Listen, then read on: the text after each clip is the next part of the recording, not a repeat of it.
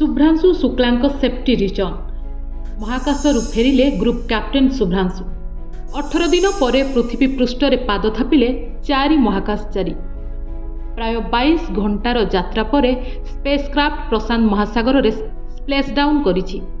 California तटरे आज 2 प्रहर प्राय 3टा बेले स्प्लेश डाउन करिछि, अर्थात पानी रे पैराचूट साहाय्य अवतरण करिछि। समस्तଙ୍କ नजर थिला केतेबेले महाकाशचारी पृथ्वी को छुईबे आउ से क्षण आसीबा मात्रे भावविह्वल होई पड़िथिले शुभ्रांशुଙ୍କ परिवार। त्रिरंगा धरी गौरवमय क्षण को उपभोग करथिले।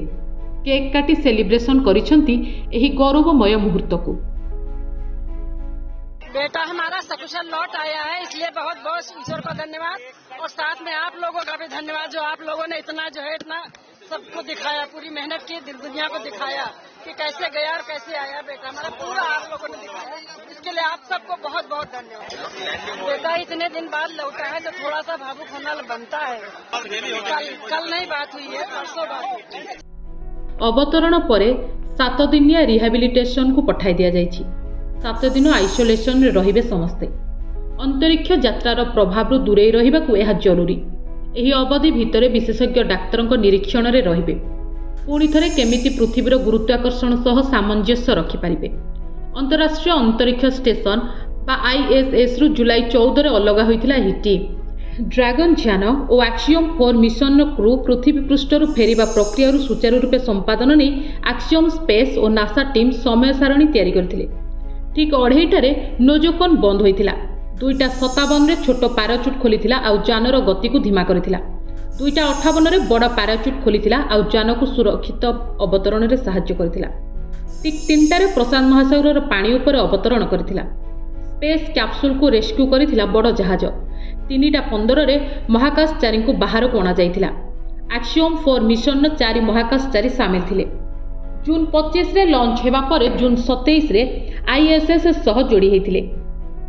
नासार अनुभवी अंतरिक्ष यात्री पैगी हुइटसन कमांडर थिले। भारतीय वायुसेनार ग्रुप कैप्टेन शुभ्रांशु शुक्ला यार पायलट थिले। आउ प्रोजेक्टर 2 विशेषज्ञ पोलाटर स्लावो उजानास्की, विस्किनिस्की आउ हंगेरीरो टिबोर कप्पू शामिल थिले यात्रा रे। एमानंको सुरक्षित प्रत्यावर्तन नै सबुठी खुशीर लहरी खेली जाइछि। केंद्र मंत्री जितेंद्र सिंह कहिसंती ग्लोबल साइंटिफिक बेनिफिट रे यह बेस सहायक साजिब। अंतरिक्ष रे विकसित भारतर यह एक बड़ माइलस्टोन साजिबा सह गौरवमय क्षण अटे। Congratulations ISRO, and Bharat has today truly found an enduring space in the world of space. It's a moment of pride for the whole world and a moment of glory for India as one of her illustrious sons returns back after accomplishing a successful voyage and after having conducted some of the very vital life-bearing experiments never done before. And therefore, as I said, today indeed Bharat has found an enduring space in the world of space.